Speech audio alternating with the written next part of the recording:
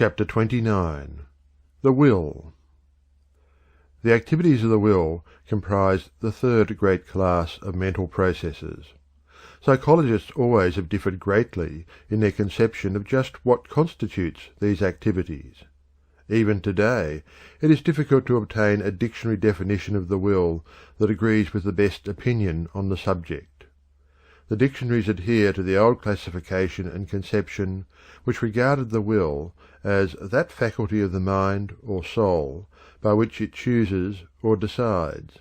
But with the growth of the idea that the will acts according to the strongest motive, and that the motive is supplied by the average struck between the desires of the moment under the supervision of the intellect, the conception of will as the choosing and deciding faculty is passing from favour. In place of the older conception has come the newer one, which holds that the will is primarily concerned with action. It is difficult to place the will in the category of mental processes, but it is generally agreed that it abides in the very centre of the mental being, and is closely associated with what is called the ego, or self. The will seems to have at least three general phases. Those are 1. The phase of action, 2. The phase of deliberation or choice, and 3. The phase of expression in action. In order to understand the will, it is necessary to consider each of these three phases of its activities.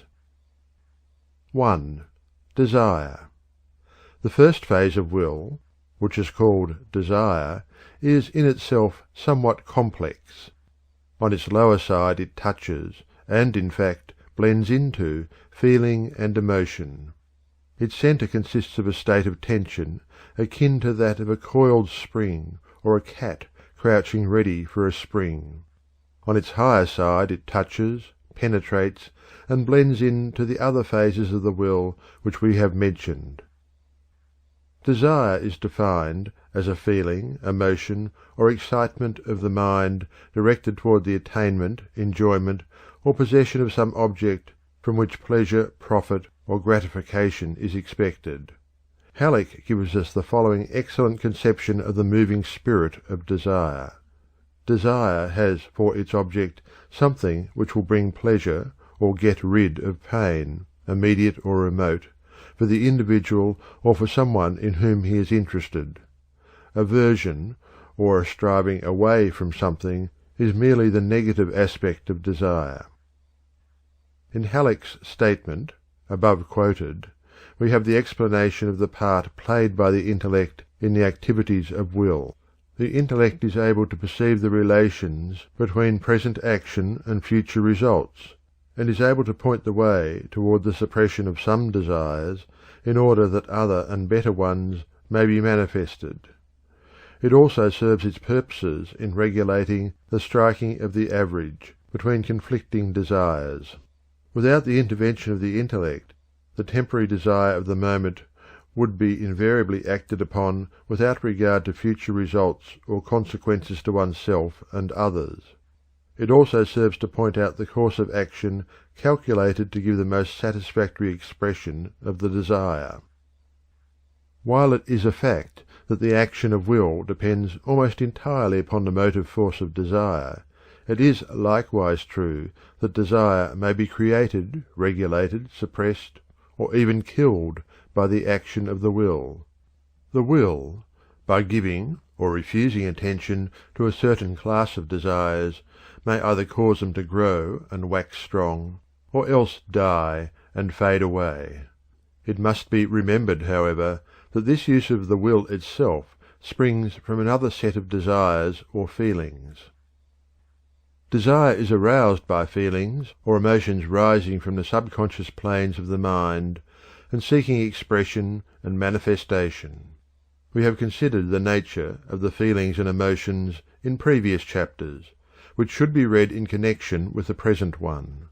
It should be remembered that the feeling or emotional side of desire arises from either inherited race memories existing as instincts, or from the memory of the past experiences of the individual. In some cases, the feeling first manifests in a vague unrest caused by subconscious promptings and excitement. Then the imagination pictures the object of the feeling, or certain memory images connected with it, and the desire thus manifests on the plane of consciousness. The entrance of the desire feeling into consciousness is accompanied by that peculiar tension which marks the second phase of desire. This tension, when sufficiently strong, passes into the third phase of desire, or that in which desire blends into will action. Desire, in this stage, makes a demand upon will for expression and action. From mere feeling and tension of feeling, it becomes a call to action. But before expression and action are given to it, the second phase of will must manifest, at least for a moment. This second phase is that known as deliberation, or the weighing and balancing of desires. 2. Deliberation. The second phase of will, known as deliberation, is more than the purely intellectual process which the term would indicate. The intellect plays an important part, it is true, but there is also an almost instinctive and automatic weighing and balancing of desires. There is seldom only one desire presenting its claims upon the will at any particular moment. It is true that occasionally there arises an emotional desire of such dominant power and strength that it crowds out every other claimant at the bar of deliberation. But such instances are rare, and as a rule there are a host of rival claimants, each insisting upon its rights in the matter at issue. In the man of weak or undeveloped and untrained intellect, the struggle is usually little more than a brief combat between several desires, in which the strongest at the moment wins. But with the development of intellect, new factors arise, and new forces are felt. Moreover, the more complex one's emotional nature, and the greater the development of the higher forms of feeling, the more intense is the struggle of deliberation or the fight of the desires. We see, in Halleck's definition, that desire has not only the object of bringing pleasure or getting rid of pain for the individual, but that the additional element of the welfare of someone in whom he is interested is added, which element is often the deciding factor. This element, of course, arises from the development and cultivation of one's emotional nature. In the same way, we also see that it is not merely the intermediate welfare of oneself, or those in whom one is interested, that speaks before the bar, but also the more remote welfare. This consideration of future welfare depends upon the intellect and cultivated imagination under its control. Moreover, the trained intellect is able to discover possible greater satisfaction in some course of action other than in the one prompted by the clamouring desire of the moment. This explains why the judgment and action of an intelligent man, as a rule, are far different from those of the unintelligent one, and also why a man of culture tends toward different action from that of the uncultured, and likewise why the man of broad sympathies and high ideals acts in a different way from one of the opposite type. But the principle is ever the same. The feelings manifest in desire. The greatest ultimate satisfaction apparent at the moment is sought, and the strongest set of desires wins the day. Halleck's comment on this point is interesting. He says, "Desire is not always proportional to the idea of one's own selfish pleasure. Many persons, after forming an idea of the vast amount of earthly distress, desire to relieve it, and the desire goes out in action, as the benevolent societies in every city testify. Here the individual pleasure is none the less, but it is secondary, coming from the pleasure of others. The desire of the near often raises a stronger desire than the remote. A child frequently prefers a thing immediately if it is only 1/10 as good as something he might have a year hence. A student often desires more the leisure of today than the success of future years. Though admonished to study, he wastes his time, and thus loses incomparably greater pleasure when he is tossed to the rear in the struggle for existence." The result of this weighing and balancing of the desire is, or should be, decision and choice, which then passes into action. But many persons seem unable to make up their own mind, and require a push or urge from without before they will act. Others decide, without proper use of the intellect, upon what they call impulse, but which is merely impatience. Some are like the fabled donkey, which starved to death when placed at an equal distance between two equally attractive haystacks, and was unable to decide towards which to move. Others follow the example of Jep in the comedy, who, when given a coin with which to buy a piece of soap for his wife, stood on the corner deliberating whether to obey orders or to buy a drink with the money. He wants the drink, but realizes that his wife will beat him if he returns without the soap. "My stomach says drink, my back says soap," says Jep. But finally he remarks, "Is not a man's stomach more to him than his back?" "Yes," says I.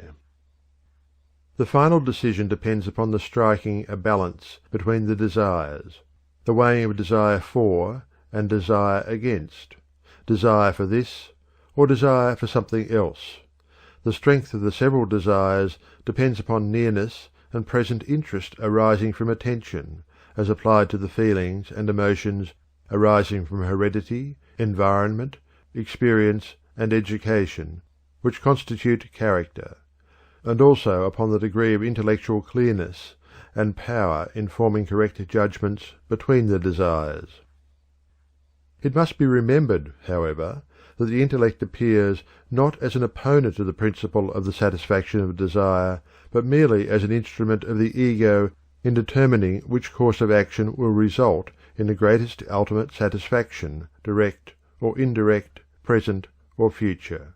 For, at the last, every individual acts so as to bring himself the greatest satisfaction, immediate or future, direct or indirect, either personal or through the welfare of others, as this may appear to him at the particular moment of deliberation. We always act in the direction of that which will greater content our spirit. This will be found to be the spirit of all decisions, although the motive is often hidden and difficult to find even by the individual himself, many of the strongest motives having their origin in the subconscious planes of mentality. 3. Action. The third and final phase of will is that known as action, the act of volition by which the desire idea is expressed in physical or mental activity. The old conception of the will held that the decisive phase of the will was its characteristic and final phase, ignoring the fact that the very essence or spirit of will is bound up with action. Even those familiar with the newer conception frequently assume that the act of decision is the final phase of will, ignoring the fact that we frequently decide to do a thing and yet may never carry out the intention and decision. The act of willing is not complete unless action is expressed. There must be the manifestation of the motor element or phase of will, else the will process is incomplete. A weakness of this last phase of will affects the entire will and renders its processes ineffective. The world is filled with persons who are able to decide what is best to do and what should be done, but who never actually act upon the decision.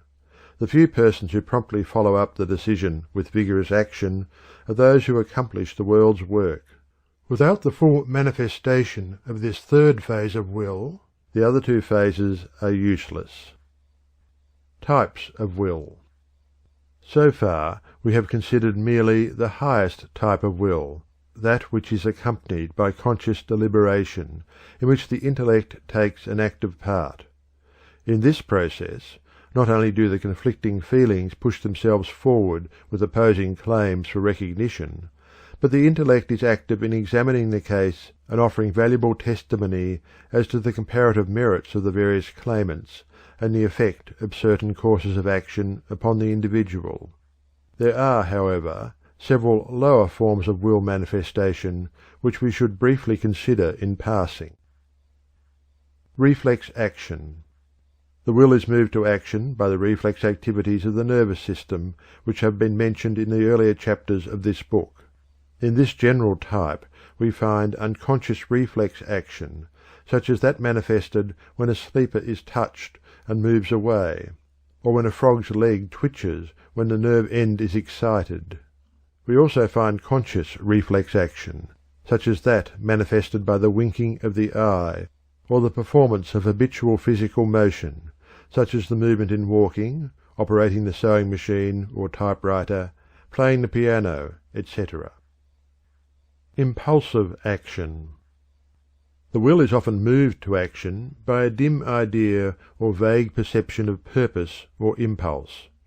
The action is almost instinctive, although there is a vague perception of purpose. For instance, we feel an impulse to turn toward the source of a strange sound or sight, or other source of interest or curiosity. Or we may feel an impulse arising from the subconscious plane of our mind, causing a dimly conscious idea of movement or action to relieve the tension. For instance, one may feel a desire to exercise, or to seek fresh air or green fields, although he had not been thinking of these things at the time. These impulses arise from a subconscious feeling of fatigue or desire for change, which, added to a fleeting idea, produces the impulse. Unless an impulse is inhibited by the will activities inspired by other desires, habits, ideas, or ideals, we act upon it in precisely the same way that a young child or animal does. Hofting says of this type of action, "The psychological condition of the impulse is that with the momentary feeling and sensation should be combined a more or less clear idea of something which may augment the pleasure or diminish the pain of the moment." Instinctive action. The will is frequently moved to action by an instinctive stimulus. This form of will activity closely resembles the last mentioned form, and often it is impossible to distinguish between the two. The activities of the bee in building its comb and storing its honey, the work of the silkworm and caterpillar in building their resting places, are examples of this form of action. Indeed, even the building of the nest of the bird may be so classed. In these cases there is an intelligent action toward a definite end, but the animal is unconscious of that end. The experiences of the remote ancestors of these creatures recorded their impressions upon the subconscious mind of the species, and they are transmitted in some way to all of that species. The nervous system of every living thing is a record cylinder of the experiences of its early ancestors, and these cylinders tend to reproduce these impressions upon appropriate occasions. In preceding chapters we have shown that even man is under the influence of instinct to a greater extent than he imagines himself to be. End of chapter 29. Chapter 30. Will Training. It is of the utmost importance that the individual develop, cultivate, and train his will so as to bring it under the influence of the higher part of his mental and moral being. While the will is used most effectively in developing and training the intellect and building character, it itself must be trained by itself to habitually come under the guidance of the intellect and under the influence of that which we call character. The influence of the trained will upon the several mental faculties is most marked. There are no faculties which may not be cultivated by the will. The first and great task of the will in this direction is the control and direction of the attention. The will determines the kind of interest that shall prevail at the moment, and the kind of interest largely determines the character of the man, his tastes, his feelings, his thoughts, his acts.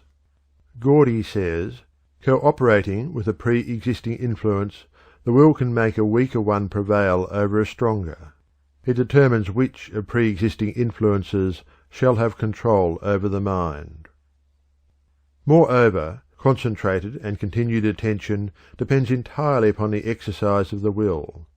As Gordy says, if the will relaxes its hold upon the activities of the mind, the attention is liable to be carried away by any one of the thousands of ideas that the laws of association are constantly bringing into our minds. Even in the matter of mental images, the will asserts its sway, and the imagination may be trained to be the obedient servant of the developed will. Regarding the influence of the will upon character, Davidson says, "It is not enough for a man to understand correctly and love duly the conditions of moral life in his own time. He must, still further, be willing and able to fulfil these conditions. And he certainly cannot do this unless his will is trained to perfect freedom, so that it responds, with the utmost readiness, to the suggestions of his discriminating intelligence and the movements of his chastened affections." Halleck says, "We gradually make our characters by separate acts of will, just as a blacksmith, by repeated blows, beats out a horseshoe or an anchor from a shapeless mass of iron. A finished anchor or horseshoe was never the product of a single blow." Training the will. Perhaps the best way to train the will is to use it intelligently and with a purpose. The training of any faculty of the mind is at the same time a training of the will. The attention being so closely allied to the will, it follows that a careful training of attention will result in a strengthening of the will. The training of the emotional side of one's nature also brings results in the strengthening of the will. Halleck gives his students excellent advice regarding the training of the will. It would be hard to find anything better along these lines than the following from his pen. "Nothing schools the will and renders it ready for effort in this complex world better than accustoming it to face disagreeable things. Professor James advises all to do something occasionally for no other reason than that they would rather not do it, if it is nothing more than giving up a seat in a street car. He likens such effort to the insurance that a man pays on his house. He has something that he can fall back on in time of trouble. A will schooled in this way is always ready to respond, no matter how great the emergency. While another would be crying over spilled milk, the possessor of such a will has already found another cow. The only way to secure such a will is to practice doing disagreeable things. There are daily opportunities." A man who had declared his aversion to what he deemed the dry facts of political economy was one day found knitting his brow over a chapter of John Stuart Mill. When a friend expressed surprise, the man replied, "I am playing the schoolmaster with myself. I am reading this book because I dislike it." Such a man has the elements of success in him. On the other hand, the one who habitually avoids disagreeable action is training his will to be of no use to him at a time when supreme effort is demanded. Such a will can never elbow its way to the front in life. Habits. Habits are the beaten track over which the will travels. The beaten path of habit is the line of least resistance to the will. One who would train his will must needs pay attention to providing it with the proper mental paths over which to travel. The rule for the creation of habits is simply this: travel over the mental path as often as possible. The rule for breaking undesirable habits is this: cultivate the opposite habit. In these two rules is expressed the gist of what has been written on the subject. Professor William James has left to the world some invaluable advice regarding the cultivation of right habits. He bases his rules upon those of Professor Bain, elaborates these, and adds some equally good ones. We herewith quote freely from both James and Bain on this subject. It is the best ever written regarding habit building. 1. In the acquisition of a new habit, or the leaving off of an old one, launch yourself with as strong and decided an initiative as possible. This will give your new beginning such a momentum that the temptation to break down will not occur as soon as it otherwise might, and every day during which a breakdown is postponed adds to the chances of it not occurring at all. James. 2. Never suffer an exception to occur till the new habit is securely rooted in your life.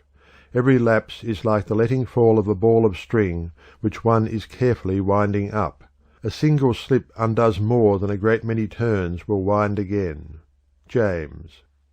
It is necessary, above all things, in such a situation, never to lose a battle.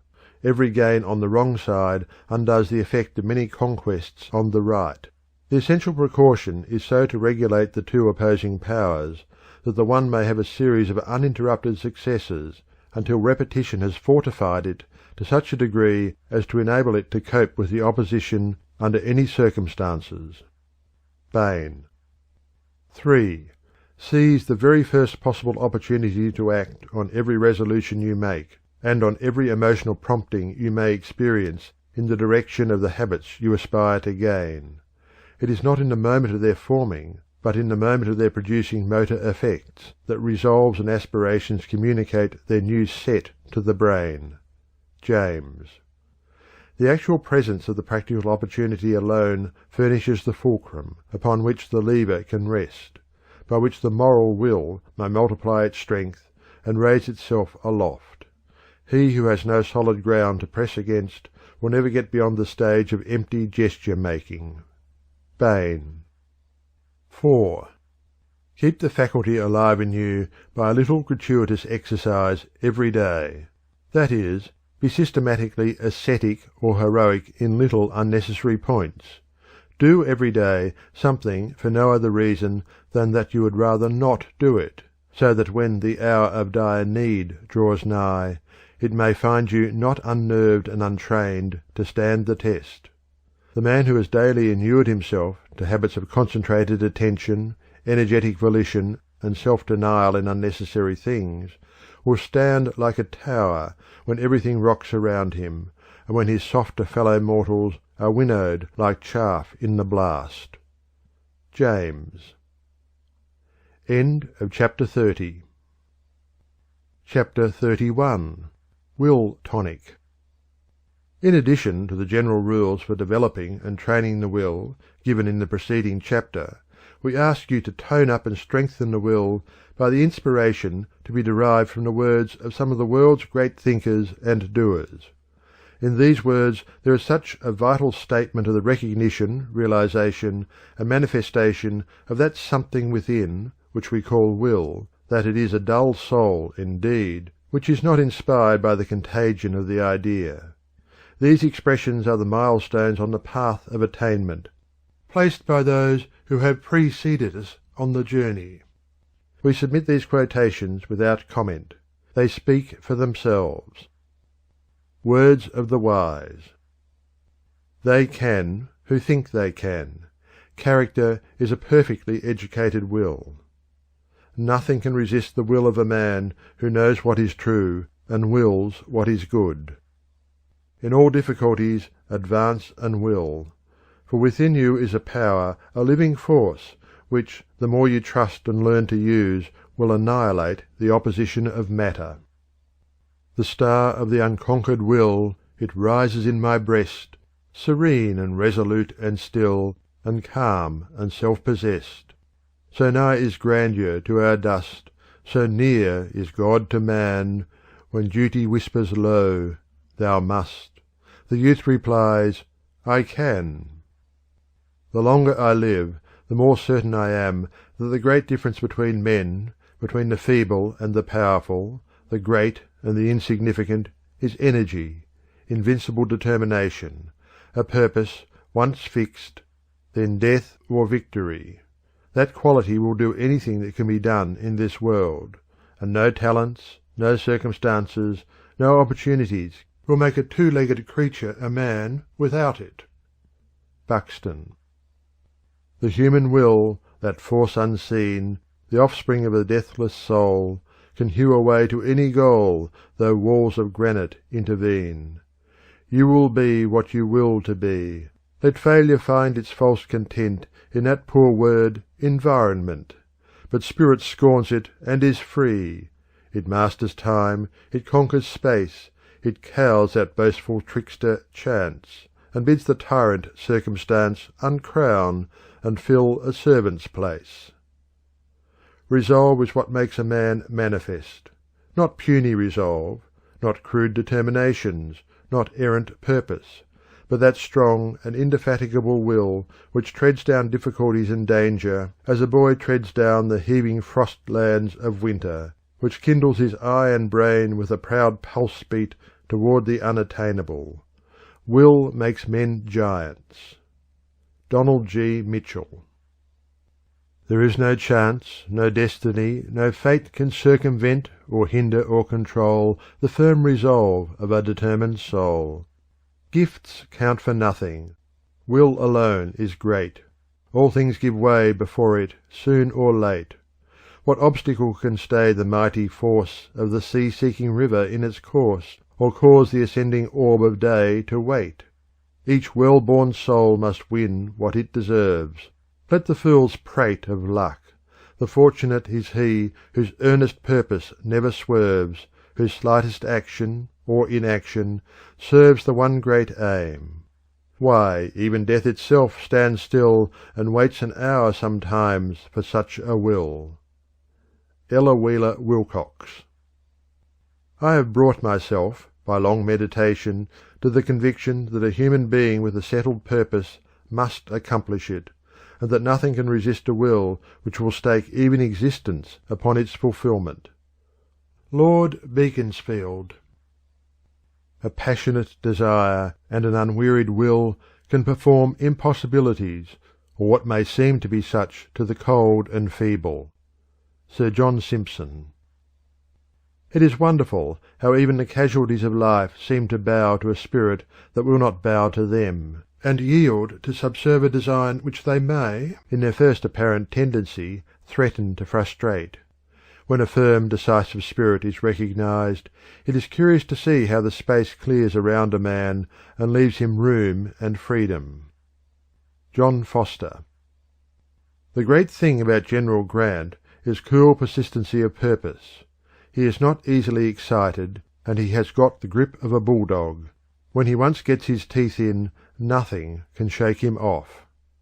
Abraham Lincoln. I am bigger than anything that can happen to me. All these things are outside my door, and I've got the key. Man was meant to be, and ought to be, stronger and more than anything that can happen to him.